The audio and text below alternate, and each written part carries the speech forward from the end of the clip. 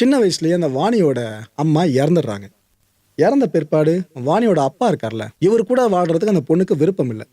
அந்த அப்பாவையும் அந்த பொண்ணு பிரிஞ்சுட்டு ரிலேட்டிவ்ஸ் இருக்காங்களே, அவங்க வீட்டில் ஒரு நாளைக்கு ஒருத்தர் வீட்டுன்ற மாதிரி தங்க ஆரம்பிச்சிருக்காங்க. அந்த டைமில் தான் அந்த அத்தை முறை வர்ற சந்தியா, இவன் இந்த பொண்ணோட அத்தை முறை, அவங்க அந்த சந்தியா இந்த பொண்ணு நோட் பண்ணியிருக்கான்.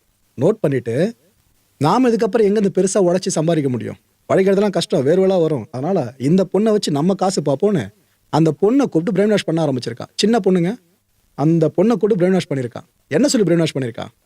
நாம் ஈஸியாக சம்பாதிச்சு செட்டில் ஆகிட முடியும், ஆனால் மாசக்கணையில் ஓட வேண்டிய அவசியம் இல்லை.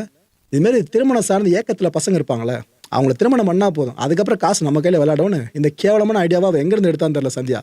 இதை இந்த வாணி கிட்ட ஃபுல்லாக இன்ஃப்ளூயன்ஸ் பண்ணி மண்டையில் ஏற்றி விட்டா. இதுக்கப்புறம் தான் 2 பேரும் சேர்ந்து ஆட்டத்தை ஆரம்பிக்கிறாங்க, வாணியும் அந்த சந்தியாவும். இந்த அப்பாவி வாலிபர்களுக்கு குறி வைக்க ஆரம்பிச்சாங்க. என்ன பண்ணுறாங்க, உங்களோட சைக்கிள் ரொட்டீன் பார்த்தீங்கன்னா, முதல்ல அந்த பையனை பார்த்து காதலிக்கிறது, சும்மா ஃப்ரெண்டாக பழகி அதுக்கப்புறம் காதலை கொண்டு போய் முடிச்சு வைக்கிற வேலையை அந்த பொண்ணையே பார்த்துருவா. 1. 2வது வீட்டில் சொல்லி திருமணம், ஏன்னா வீட்டில் சொல்லி திருமணம் நடந்தால் தான் நகை காசு நேரம் பார்க்க முடியும், ஓகேவா? 2.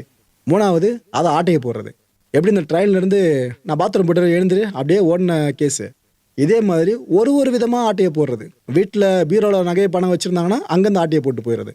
திருமணமாகும் சில வாரங்களும் சில மாதங்களும் ஒன்றா வசிப்பாங்க, கரெக்டாக நேரம் வரும்போது பீரோவை உடச்சி உள்ளேருந்து பண நகையை கொண்டு போயிடுறது.